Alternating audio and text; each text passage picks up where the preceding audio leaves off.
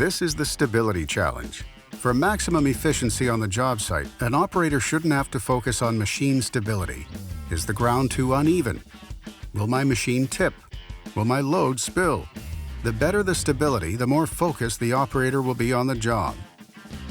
To measure this, the challenge was simple. Can the operator drive up a 35-degree slope with an empty bucket without the machine lifting off the ground?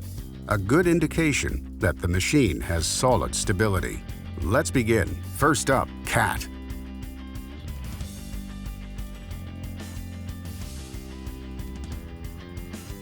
Next, Deere.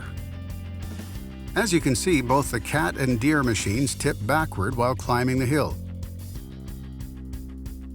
Now, Bobcat.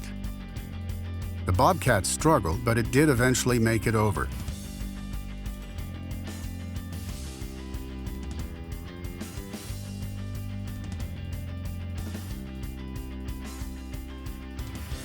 And last but not least, Case.